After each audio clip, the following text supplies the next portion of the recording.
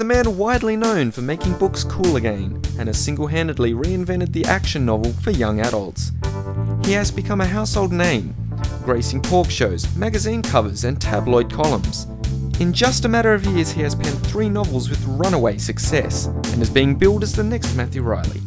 It's all in a day's work for Jack Heath.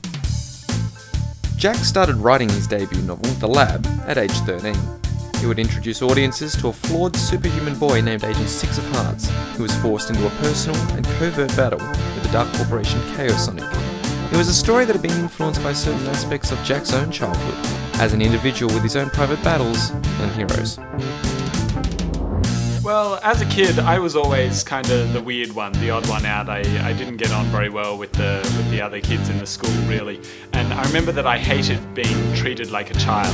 I think that's really carried across to my writing because I try not to treat my readers like children, even though most of them are young people. It's like they don't want to be patronised, they want fiction that interests them, and I think the fact that I was writing it as a young person myself really helped with that. I always admired people like Robert Silverberg and Matthew Riley and anyone who could write a story that was thrilling and exciting and intelligent and unpredictable, because those were the kind of books that I wanted to read, and that's the kind of thing that I've always wanted to write ever since. I started writing because I was sick of boring books. Everything seemed so washed out and crammed with issues that there was no room for any action or excitement.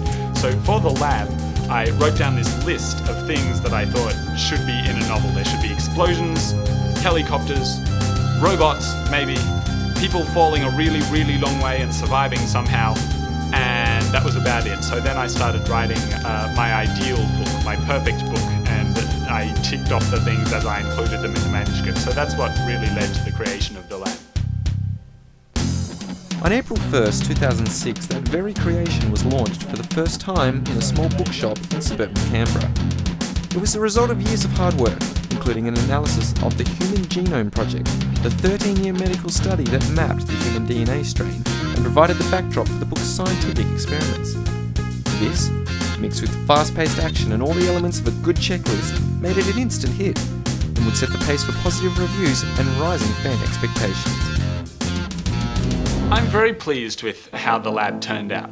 I think I didn't really imagine when I started writing it that it would turn out as well as it did, and it was originally intended to be just for me, something for me to read when I got bored.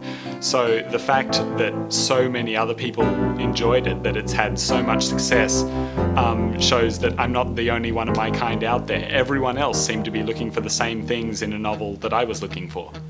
This has led to an issue every author must face: the demand for the next book.